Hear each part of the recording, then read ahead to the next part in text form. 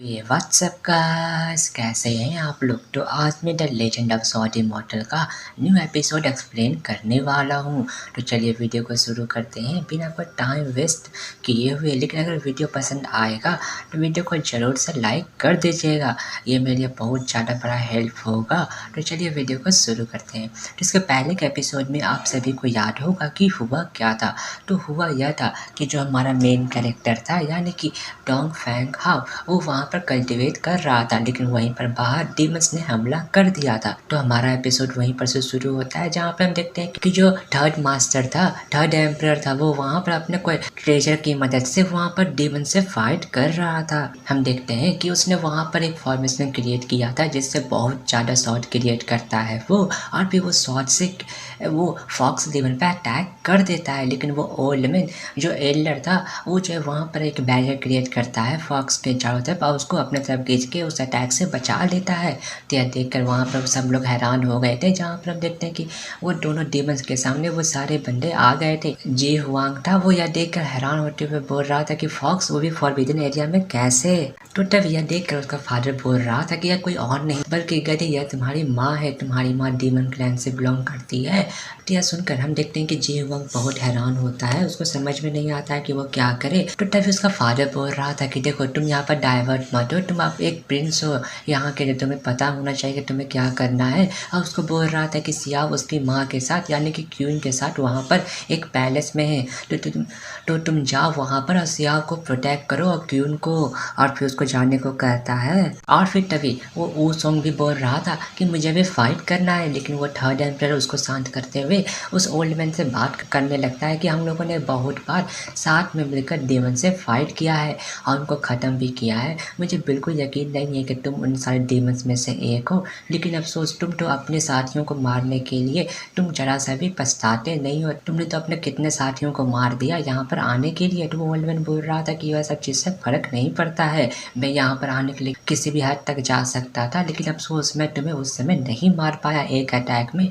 तो यह बात सुन के वो थर्ड एम्परर को गुस्सा आ गया था और फिर वो उस पर अटैक कर देता है। तो तभी यह देखकर वो ओल्ड मैन वहाँ पर एक ड्रैगन क्रिएट करके उसका एक अटैक को तो रोक देता है, लेकिन तभी वहाँ पर वो ओल्ड मैन एक फॉर्मेशन से बहुत सारे शॉट से उस पर अटैक करवाता है। तो यह देखकर वो थर्ड एम्परर वहाँ पर एक फॉर्मेशन क्रिएट करता है जो कि उन सारे शॉट को अपने अंदर अब्जॉर्ब कर लेता है, और फिर वो सारे शॉट को अपना शॉट बना के उसी ओल्ड मैन पर अटैक कर देता है। तो ओल्ड मैन एक बैरियर क्रिएट करके बच जाता है। तो तभी वो फॉक्स भी वहाँ पर अटैक करती है एनर्जी बॉल से, लेकिन ओसोंग एक ही स्लैश अटैक में उस अटैक को डिस्ट्रॉय कर देता है। तो वह फॉक्स बोलते कि यार यह तो फायर गॉड का शॉट है। तो वो ओल्ड मैन बोल रहा था कि दिक्कत क्या है, समय आने दो, यह शॉट और ये पूरा सिटी यहाँ पर से गायब होने वाला है। और फिर तभी वो वहाँ पर एक बहुत ही ज़्यादा पावरफुल पंची क्रिएट करता है जो कि बहुत पावरफुल लग रहा था, और एक एनर्जी बॉल क्रिएट करके उस पर अटैक कर देता है। तो ओसोंग सामने आता है और अपने शॉट को बहुत ही ज़्यादा पावरफुल बना के उन पर अटैक करता है, जहाँ पर वो एनर्जी बॉल को डिस्ट्रॉय करते हुए उस पंछी पर अटैक करता है, जहाँ पर वो पंछी उस अटैक को नहीं संभाल पाता है और फिर वो वहाँ पर डिस्ट्रॉय हो जाता है। तो तभी वो ओल्ड मैन उस फॉक्स को बोल रहा था कि देखो तुम यहाँ पर जाकर टेम्पल में संभालो, मैं यहाँ पर इन लोगों को रोक के रखता हूँ। और फिर तभी वो फॉक्स बन चली जाती है। तो यह देखकर वहाँ पर वो सब लोग हैरान हो गए थे, क्योंकि अगर टेम्पल से डीमंस लोग रिलीज हो जाते हैं तो यहाँ पर बहुत मुसीबत हो जाएगा। लेकिन हम देखते हैं कि वो ओल्ड मैन बोल रहा था कि अगर तुम लोग को यहाँ पर बचना है तो बच के दिखाओ मेरे अटैक से। लेकिन तभी हम देखते हैं कि जो ऊसोंग था वो वहाँ पर उस फॉक्स से फाइट करने को चला जाता है, और वहीं पर वो ओल्ड मैन यह देखकर एक डीमन ट्राइपॉड को बाहर निकालता है।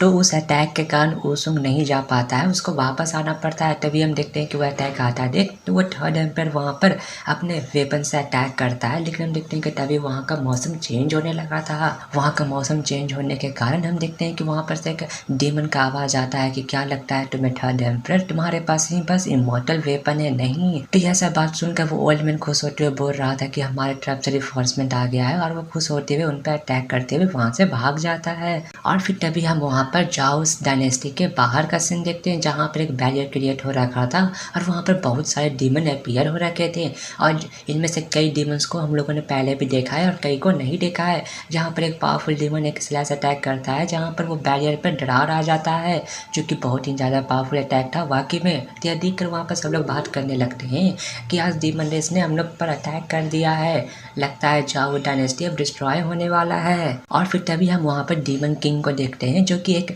तीर कमान निकाल के उस बैरियर पर लगातार अटैक करते जा रहा था। जहाँ पर हम देखते हैं कि वो सारे एरो अभी भी उस बैरियर पर लगे थे जहाँ पर एक अटैक के बाद वो बैरियर टूट जाता है और वो सारे एरो नीचे गिरते हैं जहाँ पर बाकी सब जाओ डायनेस्टी के बंदे उस एरो से मारे जा रहे थे। और फिर तभी हम वहाँ पर ऊसोंग और उसके फादर और थर्ड एम्पायर का सीन देखते हैं, थर्ड एम्पायर का सीन देखते हैं। तो तभी ऊसोंग का फादर बोल रहा था कि जो डीमन ड्रैगन जो कि इस फॉरबिडन एरिया में सप्रेस हो रखा था वो बाहर आने वाला है, अब क्या होगा। तभी हम वहाँ के अंदर का सीन देखते हैं जहाँ पर हम देखते हैं कि डोंग फेंगाओ ने चाओस लोटस की मदद से उस डीमन ड्रैगन को कैद कर लिया था। और फिर तभी हम देखते हैं कि डोंग फेंगाओ वहाँ पर सिस्टर भाई के साथ वहाँ से उस पैलेस के अंदर जाता है जहाँ पर हम देखते हैं कि एक बहुत ही खूबसूरत जगह जहाँ पर एक स्टोन का स्वॉर्ड मौजूद था और एक पोर्टल। तो तभी वहाँ पर अचानक से एक फॉर्मेशन फिर से अपीयर होता है जहाँ पर से एक पावरफुल स्वॉर्ड बाहर निकलता है और ये स्वॉर्ड जो है वॉइड गॉड का स्वॉर्ड होने वाला है जो कि फायर गॉड के स्वॉर्ड से भी ज़्यादा पावरफुल है। तो तभी हम देखते हैं कि वहाँ पर एक बहुत ही पावरफुल फायर फोनिक्स भी अपीयर हो गया था। और फिर तभी हम बाहर का सीन देखते हैं जहाँ पर वो फॉर्मेशन ब्रेक होता है। देख वहाँ के सोल्जर वहाँ पर आके उस फॉर्मेशन को रिपेयर करने लगते हैं जहाँ पर एक ड्रैगन फॉर्म हो जाता है और फिर वो ड्रैगन वहाँ पर उस डीमन पर अटैक करने को जाता है। तो यह देखकर वो डीमन उस पर हंसते हुए एक ही अटैक में उस ड्रैगन को डिस्ट्रॉय कर देता है और उन सारे सोल्जर को घायल कर देता है। और फिर तभी हम वो थर्ड एम्पायर का सीन देखते हैं जो कि बोल रहा था कि यहाँ पर हम लोग को इस सिटी के अंदर के दुश्मन को मारना है, बाहर वाले दुश्मन के लिए कोई और है। तो यह बात सुनकर सब लोग हैरान थे। तभी हम देखते हैं कि वहाँ पर मूसवान और वो लड़की और जो अंकल यिनजी था वो भी आ जाते हैं जहाँ पर हम देखते हैं कि वो सारे बंदों को देखकर वहाँ पर सब लोग समझ जाते हैं कि जो मूसवान था यानी कि डोंग फेंगाओ का फादर उसने इमोर्टल क्लैन को बिट्रे नहीं किया था। और फिर तभी हम देखते हैं कि वहाँ पर लोग तैयार हो गए थे फाइट करने के लिए डीमन क्लैन से। और इसी के साथ हमारा एपिसोड यहीं पर ख़त्म हो जाता है।